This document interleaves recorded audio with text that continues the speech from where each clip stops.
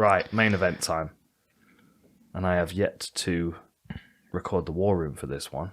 So I'll steal all your analysis for it, Jamie. What are you reckoning? Well, I'm a massive fan of Amanda Lemos. Yeah. Yeah, she's just like savage. Yeah. She hits so hard and she puts everything into every shot as well. It doesn't seem like her output isn't like massively high, but everything she throws is just really accurate and it's with a lot of venom. And I know, like, I think Jéssica Andrade is just as powerful and her output is a lot more, but I just think if Amanda catches her with one or two shots, it's over. Yeah.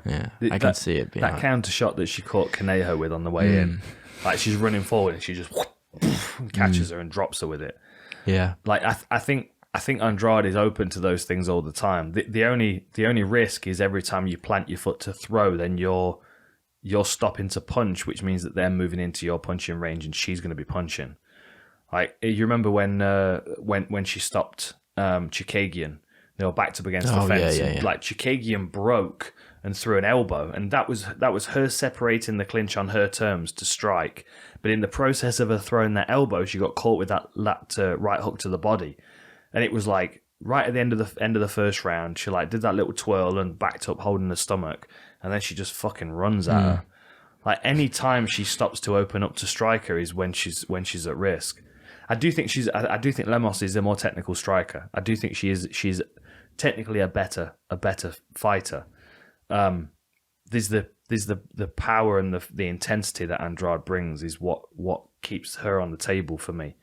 Because she can always, I mean, you know, like, you watch most of her fights, she's picking people up and slamming them effortlessly.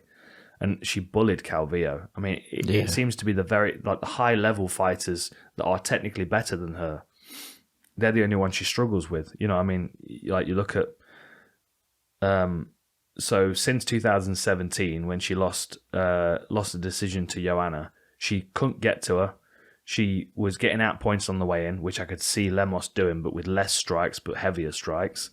But then she went on a 4-fight win streak, beating Gadea, Torres, Kowalkiewicz, and Nunes. And the knockout of Kowalkiewicz as well was that big right hand over the top.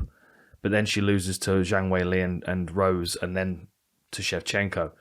Like, you can see that there's a level to where she's getting to, and I think power-wise and speed-wise she's comparable, but the technical side she's not. And I think Lemos is technically better than her and comparable power-wise as well. Yeah. I think in Amanda's last fight against Angela Hill showed that she can be hurt and she can be exploited at times. But even when she was hurt, it wasn't like, and she got dropped a couple of times. Angela, I think it was like third round, elbow. She just seemed to recover well, and she was still, even in the third round, she was still thrown with like such power. But yeah, I just think, like you said, she's just technically better, and I think Andrade, it's a big test for her. Be a big win if she's able to pick it up. Yeah. Let me have a quick look where they are in the rankings. So Andrade is ranked number 1, of course, right behind Shevchenko, and so is Andrade not ranked at flyweight then, at strawweight? This is strawweight, isn't it? Oh, sorry. Yeah, it says she's currently ranked number 1 in the flyweight rankings, and she's ranked number 6 in the pound for pound rankings. That's on her Wikipedia page. So she's going back down to strawweight again. Unranked.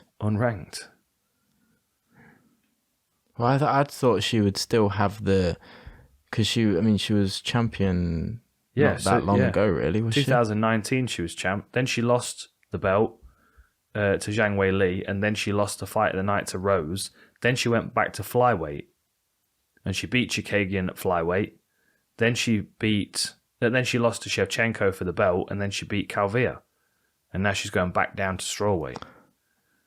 So it's because she's returning to the weight class. They've not put her back in the rankings yet. Oh, see. So if Andrade gets a win here, will she be put back into? Yeah, she'll be put back into these rankings. So but then where would you put her? So if she beats Lemos, that puts her, and you just put her right where Lemos is. That puts her at 10. But then you look at the fighters above her, And I would say that she should be ranked above some of these fighters, right? She's beat Torres. But then if Lemos wins, then how does that benefit her in the rankings if Andrade isn't? I mean, they'll move her up. Yeah. They'll have to move her up. You could make an argument that she could move up above Tisha Torres because Torres has lost to Andrade. And then that puts her right below Nina Ansaroff.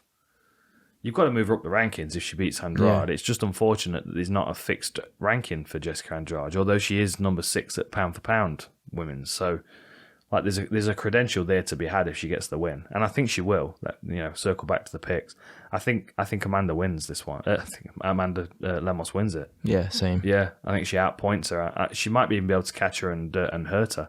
The one thing she has got to watch out for though is when she's hitting to the head, Andrade swinging to the body. And that could change the fight, but I'm picking Lemos by stoppage. Same. Yeah. Yep.